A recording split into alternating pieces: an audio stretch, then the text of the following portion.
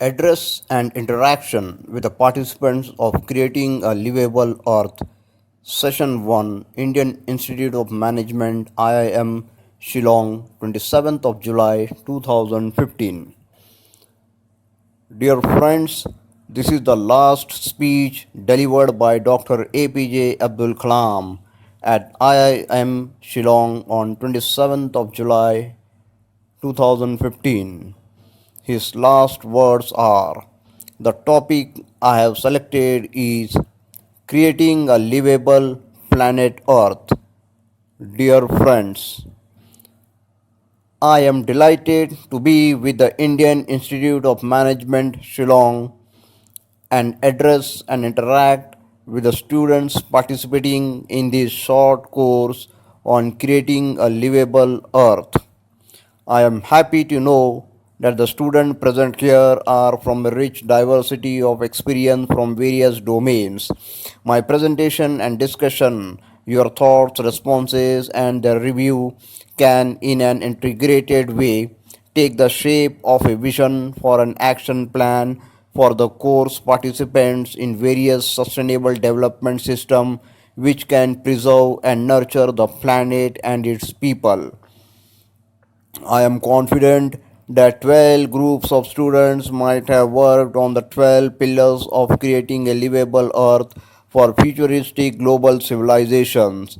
While doing these assignments, I am sure all of you would have realized what an interconnected world we all live in and how the future is a function of our actions today. I will be focusing now in exploring these connections, ideas, and challenges.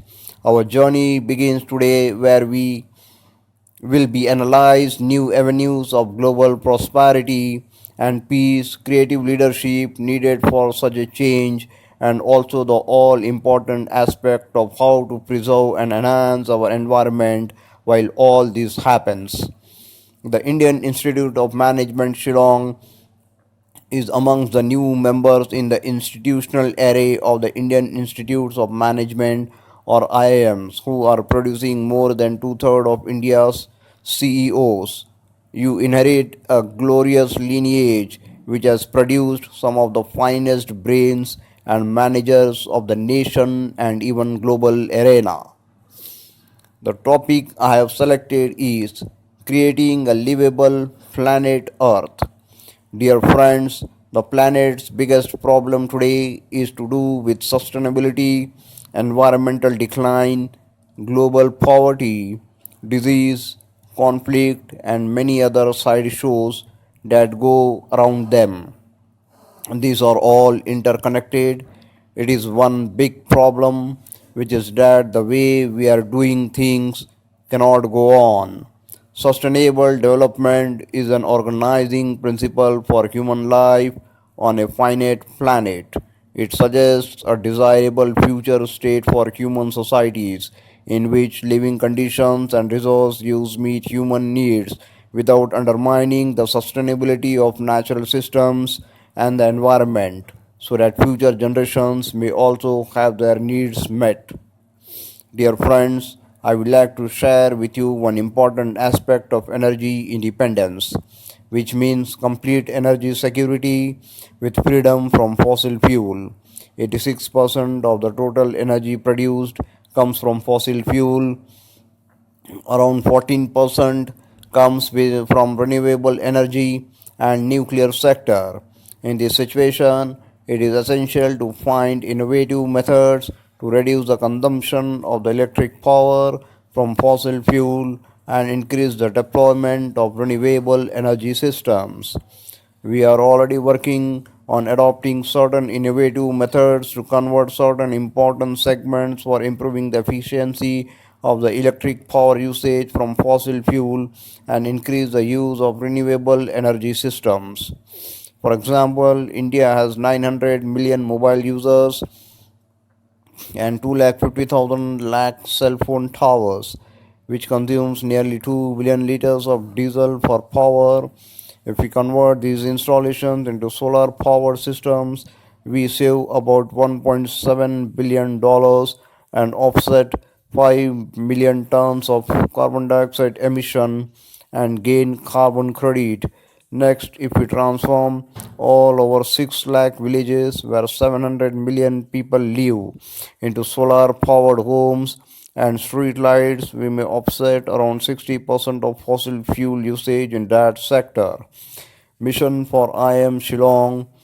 All you students and members from IIM Shillong have to become ambassadors of such a green mission for the state, the nation, and the planet. Can you transform Meghalaya into a carbon neutral state? My lecture will finally lead you to do that. You see so many cars and trucks moving on the roads every day towards Shillong and away from it. Each liter of fuel they burn adds about 2.3 kg of carbon dioxide to the atmosphere. Similarly, in the world, we are adding over 30 billion tons of carbon dioxide to the atmosphere every year. At this rate, we may soon hit a point of no return and we will be forced to migrate to another planet or its satellite. What can we all do to ensure our mother planet, Earth, the cradle of life, is not rendered unfit for living? Let me give you a mission.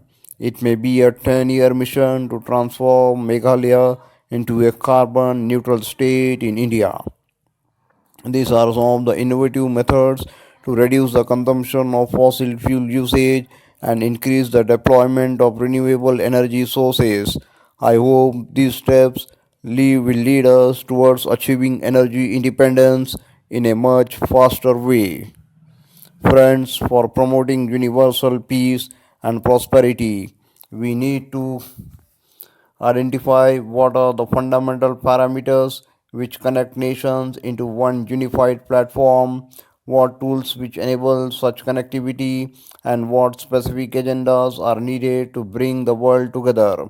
Such fundamental parameters include environment, trade and economics, security, health, and education of the humanity.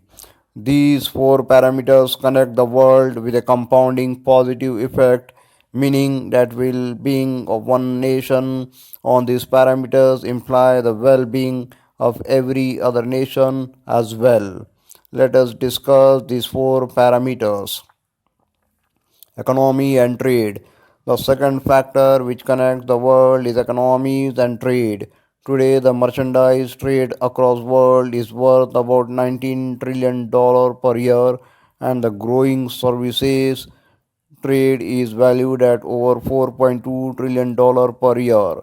In fact, with over one third of the world population, India and China are rated by WTO as the fastest growing importers. China 9.7%, India 6.6%, as well as the fastest growing exporters. India 16.1%, China 9.2%. Interestingly, the fastest growing manufacturers are also the rapidly growing markets. This is the connectivity of the economy and it binds the world in many ways as we have already seen in the past. Security. The third issue, which is a matter of global togetherness, is the aspect of security, and hence promotion of sustained peace is a prerequisite to economic development. In 1945, post the World War II, the United Nations was established to avert large scale interstate conflict. In spite of such an organization, there has been continued conflicts, threats, and damages, and resulting into wars. The international institution is ripe for reorganization, encompassing proper representation in the Security Council and removing its veto power. Meanwhile, the numbers of intrastate conflicts, organized terrorism, and proxy wars are phenomena on the rise in the entire globe. With the spread of the world information backbone in the form of the internet, there is also a growing issue of addressing cyber crimes and cyber terrorism, which can aim at crippling critical services. Nations are coming together to address these issues on a variety of scale. Recently, we saw how a historic avenue of tension has been brought near resolution with the agreement on nuclear proliferation and lifting of economic sanctions in Iran. I am sure such efforts are significant in making our world peaceful. Human development in the form of health and education for all. Friends, today we are in an era of multinational research and multinational product design and marketing. An invention made today somewhere takes no time to end, takes no time to find its market thousands of miles away. When designers, developers, researchers, marketers, buyers, sellers, and investors are all global, the international interest is the development of quality workforce globally, often to suit the global local market context too. Hence, education and skill development is an issue which brings the world together. In the healthcare area, in early 20th century, polio was a major disease emerging. This led to the great race for a vaccine against polio across the globe in various institutions and resulted a vaccine in 1950s which has found solution for the problem. Now it is a time for finding a solution for solving the problem malaria, HIV, AIDS, and diabetes. In the world history, there are several instances which have demonstrated that nations get united when they find a common urge and threats such as Indian freedom movement, Chinese revolution, and the formation of European Union. Now time has come to find such a common urge and threat for compelling the humanity to live in peace and prosperity as a global community in a clean world. How to bring the nation's prosperity through economic growth and simultaneously assuring peace to nation. What is the unique vision that will replace military superiority between and among nations? I have a feeling that we need a great vision higher than individuals' ideologies, party affiliation, political ambitions, and the present technological superiority. Dear friends, can we visualize what it should be? The humanity needs a great vision to forget all the conflicts and move towards a common goal of peace and prosperity for all the global citizens. We visualize the birth of world vision leading to livable planet Earth. This vision will be greater than any other vision so far envisioned by the humanity. I think there cannot be a greater vision for the nations other than transforming our planet Earth livable. That means we are living a sustainable world where we have taken less from nature than what we have given to it. As long as there are inequities of development between urban and rural areas, between neighborhoods, and sharing valuable resources, peace will elude us. Particularly, modern technology has made the world a global village. Hence, tolerance for inequities will also come down. We have to use the same technology to bring global progress with a vision to achieve the same with consistent missions and programs. Hence, while creating wealth in the classical sense, we need to find new opportunities to serve the knowledge society in way hitherto not imagined. The solution may be to find products for more than 7 billion people of the world so that the whole world will own a business.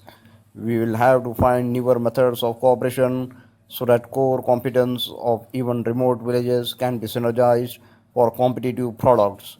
With such a thought process, I discussed with my colleagues and formulated the possible distinctive development profile of the nations of the world in 2030 as follows: a world of nations where the divide between rural and urban, rich and the poor, developed and developing has narrowed down. A world of nations where there is an equitable distribution and adequate access to energy and quality water. A world where core competencies of each nation are identified.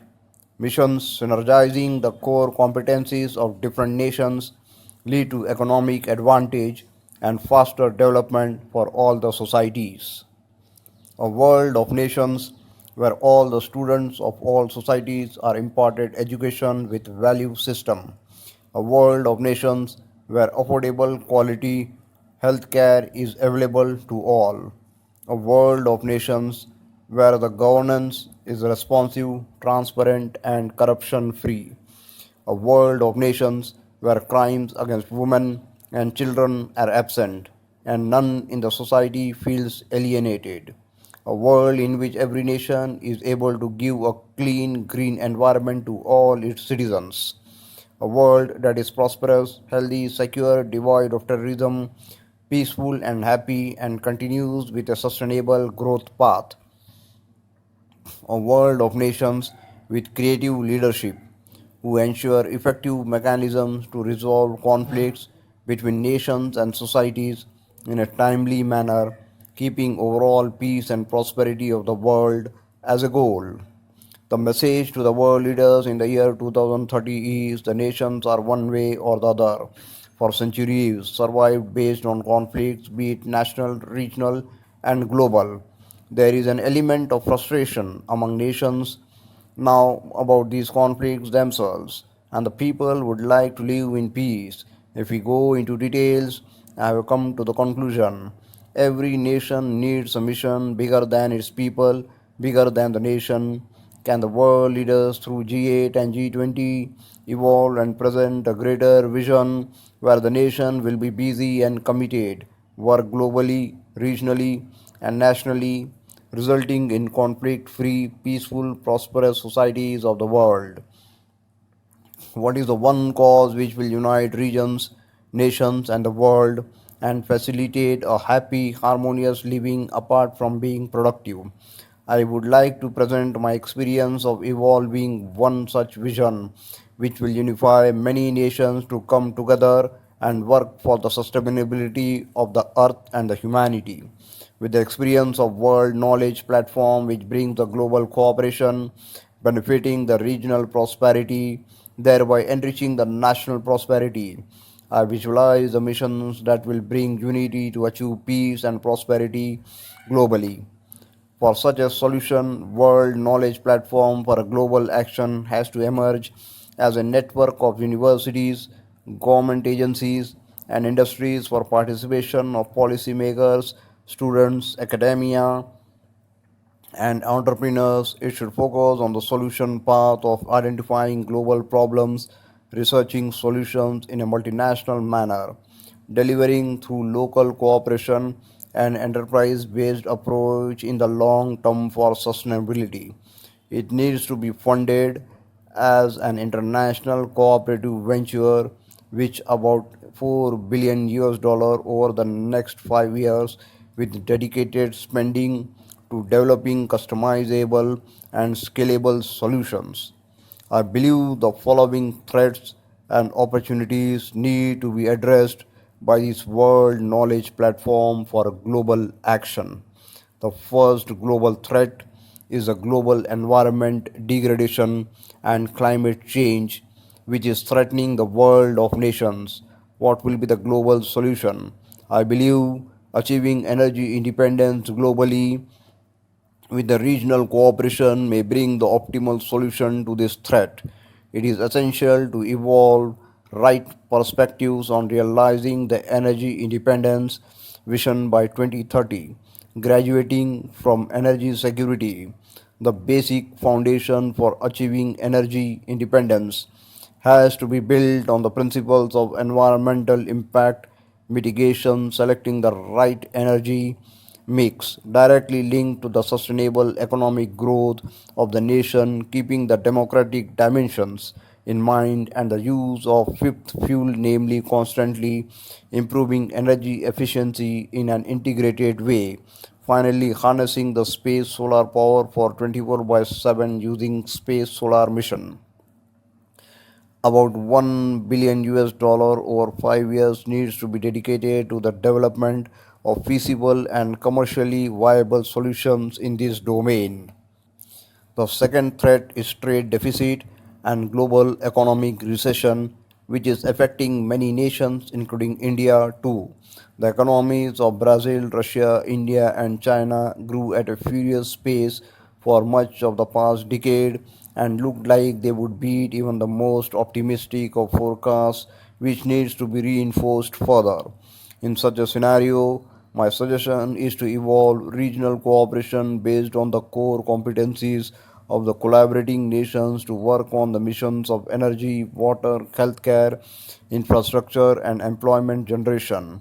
About $750 million over 5 years needs to be dedicated to the development of economic systems which are equitable, just, and robust for the global nations in this domain. The third threat is poverty. In spite of all the growth, 3 billion people of the world need their quality of life to be improved, uplifted from poverty, and to provide right employment while the development reaches them directly. We need to evolve a sustainable development system which will enhance the employment potential and empower all the sectors of rural economy using the well tested model established in India called Pura, providing urban amenities in rural areas. About 1 billion US dollars over 5 years needs to be dedicated to the development of Pura as an enterprise model for global rural community of 3 billion humans. If these three threats to the humanity are addressed with right solutions, which will reduce the effect of terrorism and will bring confluence of civilization. This will reduce the menace of terrorism, the global intelligence, global surveillance, global communication can be achieved through cooperation, which will be enhancing the global security, regional safety, and promote global peace. About 750 billion about 750 million US dollars over 5 years needs to be dedicated to the development of ideas and innovations which can holistically solve the issues of global security from the grassroots level problem of armed resistance rising out of lack of tolerance, geopolitics, natural resources, lack of equity, or religious and cultural divides. Youth dynamics is the greatest opportunity available to the nations since the ignited minds of the youth is more powerful resource on the earth, above the earth and under the earth. This should create a global human resource cadre and global young entrepreneur cadre who will work for World Vision 2030. About 500 million US dollars over 5 years needs to be dedicated to the development of linkages amongst the global youth on aspects of research, world peace, and tolerance. The world leaders meet should lead to the seeding of programs of world knowledge platform for global action with international partnerships. This may result in accelerated realization of harmony of civilization and prosperity for all. So far, I have discussed about global vision, its component, and how each nation is vital in the mission to realize them. I wish to share some more ideals on righteousness of the heart of the human being leads to a perfect life of an enlightened citizen. When I visit divine places in India, I realize how righteousness in the heart is propagated as our civilization's strength. Let me recite the hymn. Righteousness in the heart. Right, where there is righteousness in the heart, there is beauty in the character. When there is beauty in the character, there is harmony in the home. When there is harmony in the home, there is an order in the nation. When there is order in the nation, there is peace in the world. Friends, hence what the nations of the world need are the combination of a World Vision 2030 and righteousness in the heart of every citizen and every leader for realizing green, clean environment without pollution, having prosperity without poverty, peace without fear of war, and a happy place to live for all citizens of the nations of the world. My best wishes to all the participants of this course for success in their mission. May God bless you.